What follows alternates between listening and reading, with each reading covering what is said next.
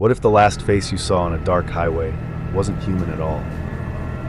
In the dead stretch of I-40, a trucker spotted a lone woman waving for help in the desert night. She slowed, opened her door, and within seconds the woman was gone. But hours later, the same figure appeared again, this time inside her cab, soaked in blood, whispering only one thing: "You shouldn't have stopped." Most people would look away right now, but if you think you'd survive this story, prove it, subscribe, and if you wouldn't, tell us in the comments why you'd never stop for a stranger on a highway. We'll be watching. The Arizona desert at night is unlike anywhere else, a stretch of black highway that seems to go on forever. No towns, no homes, no sound, except for the hum of tires on asphalt and the low growl of engines pushing through the dark. Truck stops glow like faint lanterns scattered miles apart. Neon flickers, less like rest, more like a distant warning. The road is empty, yet heavy with an unnatural silence. Out here, even the stars feel colder. It was on this road, Interstate 40, that she drove. Her name was Claire, a long-haul trucker with years behind the wheel, hauling freight across endless states. Strong, independent, not easily scared, but human, 16 hours in, eyes dry from desert air, body begging for a break. Playlists cycled the same lonely songs, swallowed by the engine's low rumble. Every vibration in the cab felt like a heartbeat, a steady pulse mile after mile. Coffee had become her only ally, and it was running low. She adjusted mirrors, checked gauges, the road stretched out like a black ribbon with no end. For a moment it felt routine, just another drive, just another night. Then something shifted. The radio crackled.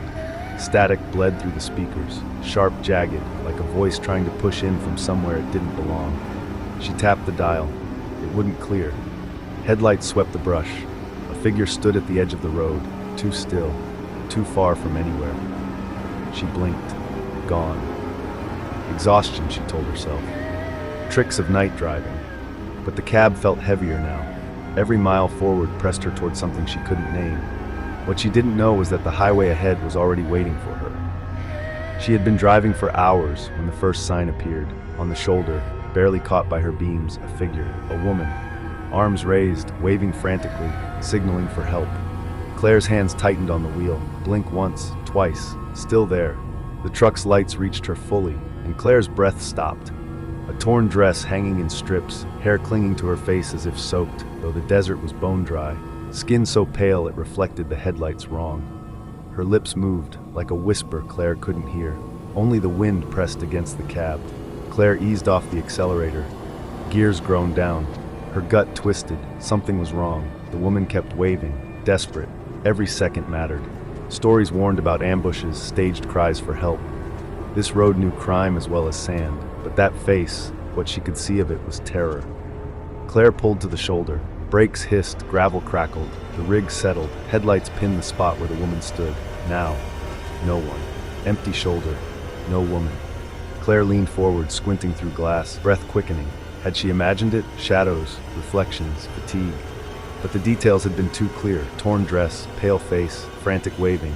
She knew what she saw. Seatbelt off, door open, cold, dry air swept in. Silence followed. Boots crunched gravel. A flashlight scanned the ground. No footprints, no drag marks, only wind curling dust into tiny spirals. The shoulder stretched into black. "Hello?" Her voice trembled. "Are you out here?" Only wind answered. Light cut across mile after mile. No woman, no movement, just highway in a thickening dark. She stepped back, unease crawling her skin. Climbed into the cab, pulled the heavy door. It slammed shut on its own. The echo exploded inside. Mirrors rattled. The wheels shivered. Claire froze. Silence outside, silence inside. And she realized she was not alone. Exhaustion, she insisted. Nothing more. She had checked. No one was there. So she pushed on. The rig roared back onto I-40, headlights cutting tunnels into the night. She sipped the last lukewarm coffee, trying to shake the weight on her chest. Hours of tire hum, dashboard glow, and faint static leaking from the radio. Signs, mile markers, desert brush, occasional headlights far away, then gone. Loneliness settled like weight on her shoulders. Then it happened again. A routine glance at the rearview mirror, and ice in her veins. The woman, not standing, not waiting, running alongside the truck.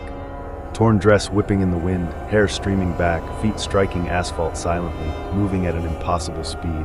Claire's grip tightened, knuckles white, blink once, twice, still there, eyes locked on Claire, focused, intent, mouth moving, words she couldn't hear over engine and road. Claire's chest tightened, she almost rolled the window down, just to hear, and then nothing. Gone. No shadow, no trace, only black highway stretching into nothing. Breaths came short and quick, eyes forward, hands locked.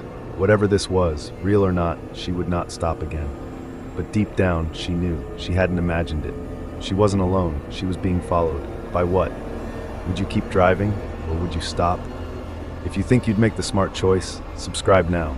If you wouldn't, tell us why in the comments. We'll be reading. Miles dragged on. The cab no longer felt safe. Every inch carried a weight she couldn't name. The radio changed. Static found rhythm. Between bursts, faint words formed. At first, fragments, then clearer. A soft, insistent voice. Don't stop, don't stop, don't stop. She leaned closer, hand hovering over the dial. Each repetition grew louder, as if whispering directly into her ear. Her pulse spiked. She snapped the radio off. Silence. Then the dash lights flickered when fuel gauge dipped and jumped. Check engine blinked twice, then steadied. Speedometer trembled, as if touched by an unseen hand. Her heart hammered. Trucks don't just do that. A sudden thud rattled the cab. Her thermos rolled from the cup holder, lid off. Liquid spread in dark rivulets across the mat, thicker than it should be, darker. The smell hit next, iron, sharp, metallic. It cut through diesel and leather. She gagged, too strong for coffee. She reached to wipe it and saw the wheel, a handprint, wet, faintly glimmering, larger than hers, ridges and palm pressed deep, fresh. She recoiled, breath shallow. Wiped frantically, the mark smeared into thin lines, claw-like. She froze, maybe fatigue, maybe hallucination, maybe spilled coffee, condensation. But coffee doesn't smell like blood. And her hands were dry. She pressed back into the seat, breathing hard. Eyes swept the cab. The sleeper curtain swayed, though she hadn't touched it. Logic begged her to let it go, but she knew. Something else was in the cab, watching, waiting, breathing just beyond sight. Routine, she told herself. Routine. She grabbed her logbook, scribbling miles and routes by dashlight. Anything ordinary. Then she froze, from the sleeper, breathing, slow, heavy, uneven. The pen slipped. She didn't move. That rhythm wasn't hers. She stared at the curtain, one thin layer of fabric between her and whatever was there. Her hand trembled as she reached. Inch by inch, she pulled it back. Flashlight cut across the dark. There she was, the woman. Sitting upright on the mattress, soaked in blood, skin pale as bone, dress shredded, red dripping onto the sheets, head tilted, hair clinging to her face, eyes fixed on Claire, unblinking. She spoke, a fragile whisper that cut the silence. You shouldn't have stopped. The words hung heavy, final. Claire's throat closed. Her heart thundered loud enough to drown her breath. She tried to speak. Nothing. The woman didn't blink, didn't move. And then, between one blink and the next, she was gone. Empty bunk, clean sheets, only the faint sway of the curtain. Claire slammed it shut and pressed back into the seat, chest heaving. This wasn't real. It couldn't be. Exhaustion, breakdown. It had to be. Then, from the trailer, a sound. Faint at first, barely above the engine's hum. Scritch, scritch. Nails, dragging slowly along the inside walls, long, deliberate, repeating. Her hands gripped the wheel, knuckles pale, eyes locked on the endless black. She wasn't alone on that road anymore. By the time the truck stop came into view, she was trembling.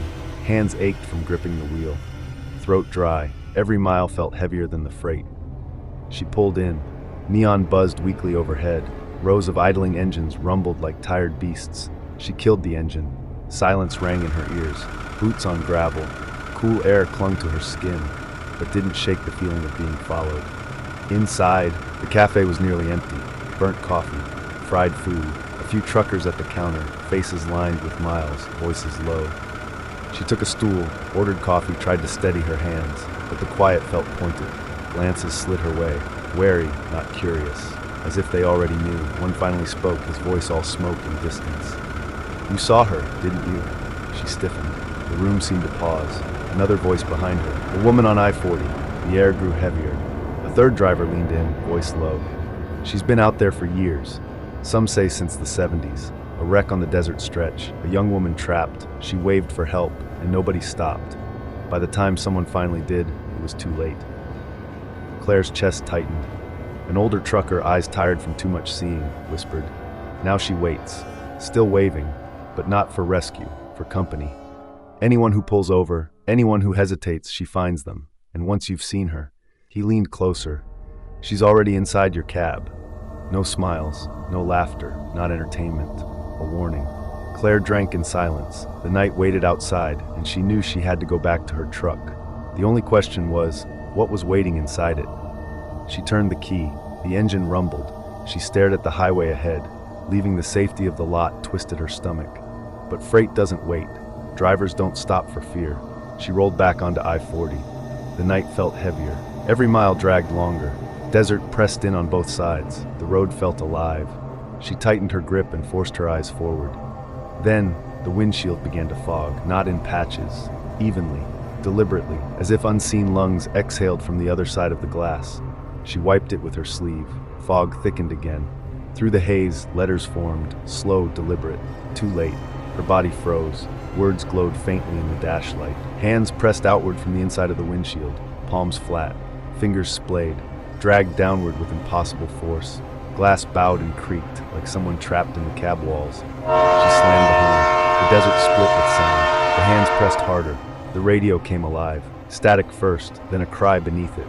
A whimper, a sob, louder, sharper, a scream, piercing, endless, filling the cab, shaking mirrors, vibrating through bone. She twisted the dial, slammed the power button. Nothing. The scream looped, like the woman had crawled into the wires themselves. Vision blurred with panic. She clamped her hands over her ears. At 3:12 a.m., the dashboard clock glowing, the screaming stopped. Silence. She lowered her hands, throat raw. Cold moved through the cab. She turned her head just slightly right. The woman sat in the passenger seat, closer than ever, blood dripping to the floor, head tilted, eyes locked on Claire, wide and unblinking. The air turned so cold her breath fogged. The woman's mouth opened, no sound, only a stare that pierced deeper than anything Claire had ever felt. Claire gripped the wheel until her fingers ached. She wanted to scream, to break, to throw herself into the road. She couldn't move. The woman leaned closer, lips parted again, blood glistening. No sound, not yet. This wasn't warning, this was claim. Claire snapped her eyes forward. She would not look again. She couldn't, but the presence remained. Mile after mile, silent, watching, waiting. If you'd roll your window down and talk to her, unsubscribe now. If you'd keep driving without looking back, subscribe, and comment the one reason you'd never stop for a stranger. We'll be watching. Claire reached her breaking point. Miles of cold company at her side stretched every nerve to a snapping line. She slammed the brakes. The rig shrieked to a halt on the shoulder. The desert swallowed the noise. She leaned across the cab and screamed into the dark.